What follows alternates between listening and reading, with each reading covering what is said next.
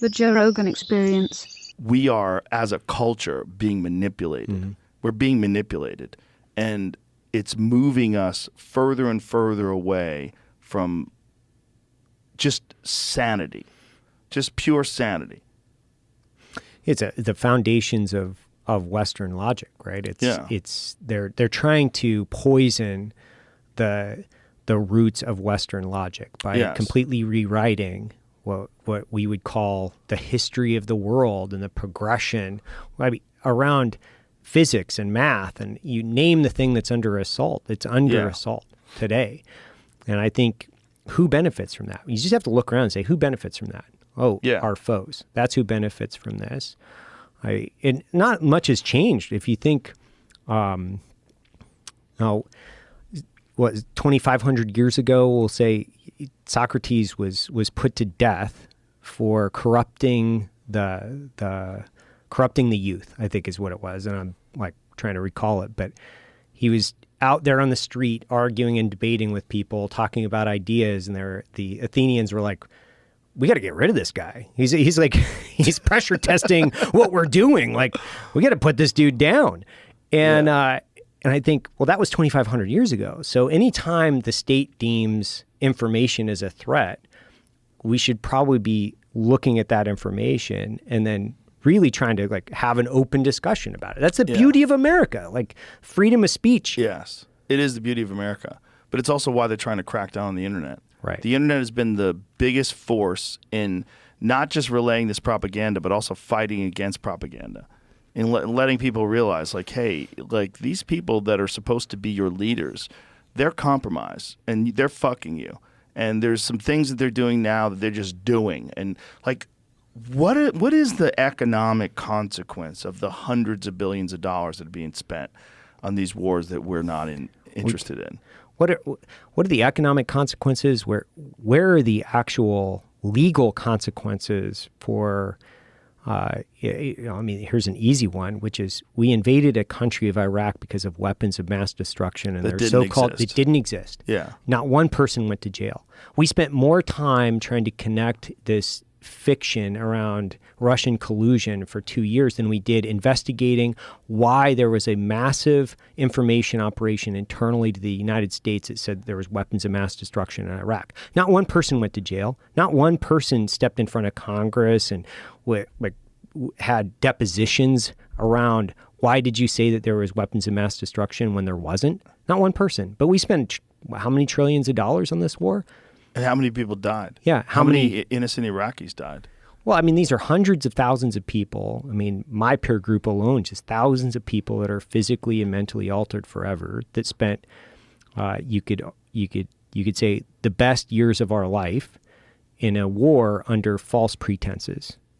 And now the long-term effects are coming back, and also the government doesn't want to pay for that bill as well. So, they were trying to deny Gulf War syndrome. Remember that? When they were using depleted uranium rounds? Mm-hmm. So these people were all getting radiation poisoning, and their children were born deformed, and they were having these massive problems, and they were trying to deny it because they didn't want to pay for it. They don't want to pay for it. They don't want to write the check. They do when it directly benefits what I would say is the military-industrial complex and these wars of occupation. I don't want to make it sound like I'm anti. I think there's a difference between a war of necessity that maintains national sovereignty and a long-term war of choice for occupation. That's a war of choice in occupation is an exercise in transference of wealth from the taxpayer into the military-industrial complex, and that's firsthand experience spending 2003 to 2009 in Iraq. That's a lot of time. 4.5 years on the ground, and then another 3 years in Afghanistan. Just seeing the expense from blood and treasure alone over the course of 10 years of deployments, and understanding what the difference is between precision tracking and then killing terrorists and what we needed to do in order to stabilize a region, and then long-term massive wars of occupation. There's a very distinct difference. Yeah, I think that's very important to bring up. And it's also very important to bring up that you have to have military power because other countries have it. Mm-hmm. And people who don't think that you should support the military, there's people that think all military is evil. Listen, if we didn't have it, what do you think would happen? What do you think would happen? Like, what do you think the whole world would lay down their arms if we did? Do you think that's what would happen? We have to live in reality. And the reality of this world, and you know it better than anybody, this world is a fucking messy place. We live in a bubble here, a very protected artificial reality. When you get out into the most dangerous places in the world, that's where you see nature. That's where you see the real rules of life, which is the only rules are those of physics. Bullets travel at X feet per second. You have a collective team trying to organize in a very chaotic environment, trying to survive. But really, you strip every piece of what you know around rules, around what's right and wrong. Your morality is put into question. Your mortality is at stake all the time. And you see the real world. It's eye-opening to the point of you understand how great we have it in the United States and how beautiful this country is.